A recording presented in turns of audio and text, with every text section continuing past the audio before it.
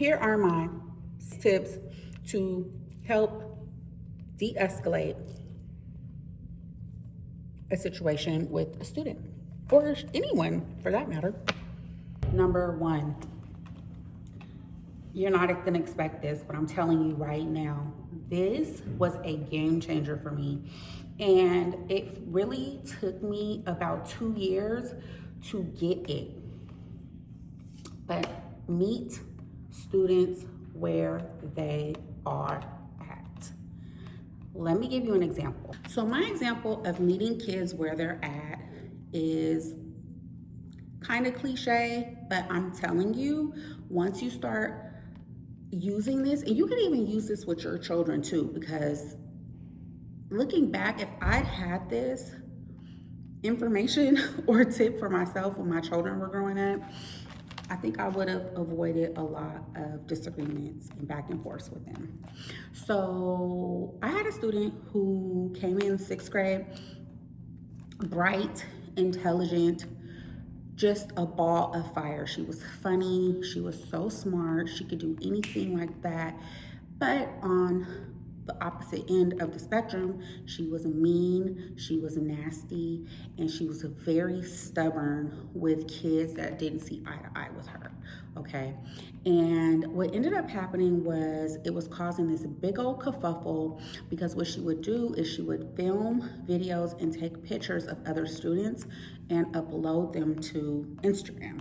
And it was causing a lot of drama. The kids kept approaching me saying, "Miss T, I don't like this. Miss T, can you talk to her?" Pulled her aside one day and I said, "Look, what is going on? Tell me what you're thinking about when you are constantly taking pictures and videos and posting these students who don't want to be posted." And she said, "If they're my friends, why can't I post them?" And I said, "Because they don't want to be posted. Bottom line, like, you're getting yourself in trouble.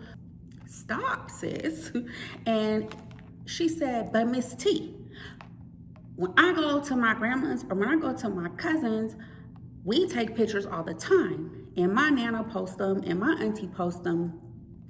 And I don't get mad at that." And I don't know what it was. It may have been God, but it clicked. Something clicked in my brain. And I said, "Oh, wow. She is not understanding the boundaries between family and friends at school. Like, she's not getting it."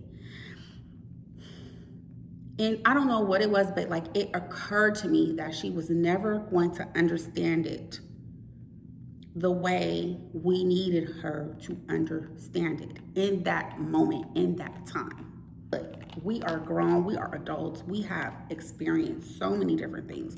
We have a level of maturity that they have yet to experience yet, if they ever will. Meet them where they're at. That save yourself the heartache of having expectations. Tip number 2 is stop. I made a rule for myself.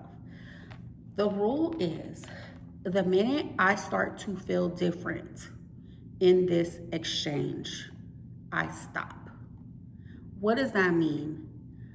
I don't know about you, but for me, when I start to feel a certain type of way, I start getting uncomfortable. My blood, I could feel my blood like rising. I get warm. Thoughts come to my mind that I don't normally think. And that is me getting mad. That is me getting upset. And instead of playing into that, I stop.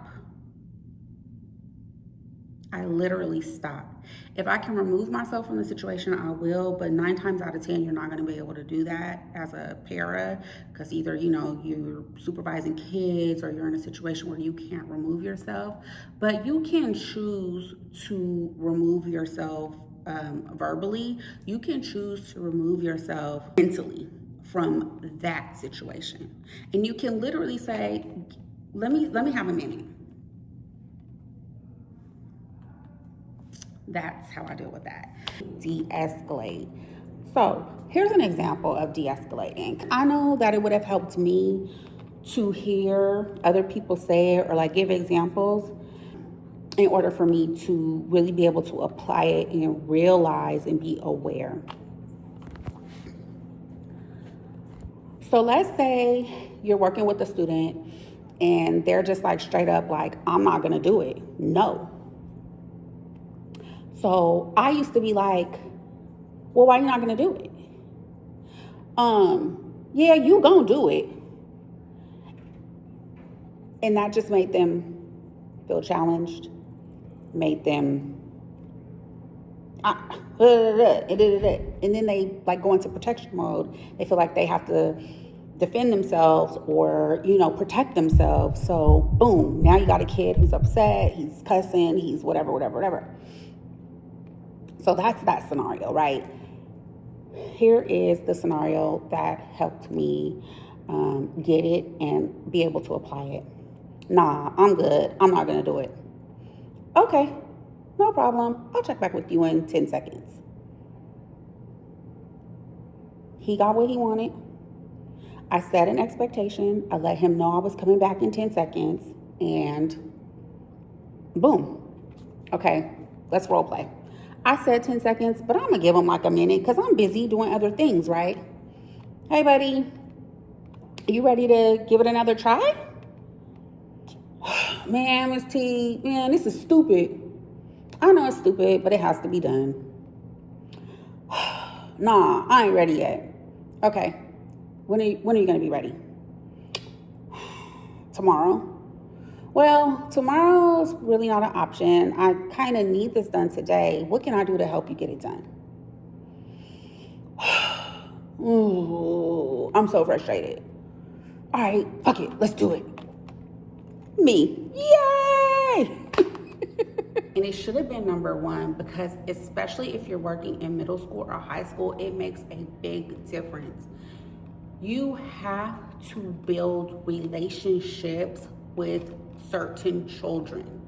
They are not going to respect you. They are not going to work for you. They are not going to give it their all of their best if they don't know you and if they don't respect you and if they don't value you.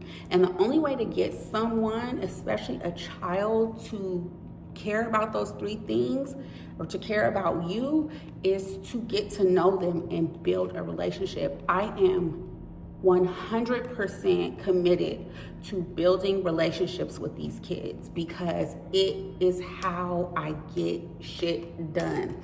People ask me all the time, like other staff members, oh, wow, how'd you get them to do that? Or, oh, wow, I tried to talk to that kid, they never. I tell them, oh, I've been working with them for months. I'm building a relationship with them. It matters. And I'm not talking about just like, oh, what's your favorite video game? Oh, what'd you do this weekend? No, you gotta like get in there. You gotta be like, oh, what's up? Like whatever your style of getting to know somebody is, you really have to show interest and really try to get to know them. Give them a little bit of what you got. Show them pictures of your family, your dog, whatever. But it has to be natural and it has to be genuine because these kids can pick up on the BS like that. That was my tips on how to have or start a successful school year. I hope you enjoyed it and go ahead and give me a follow and a like if you like this type of content. I'll see you on the next one. Bye. I just need some space. I just need some space. I just need some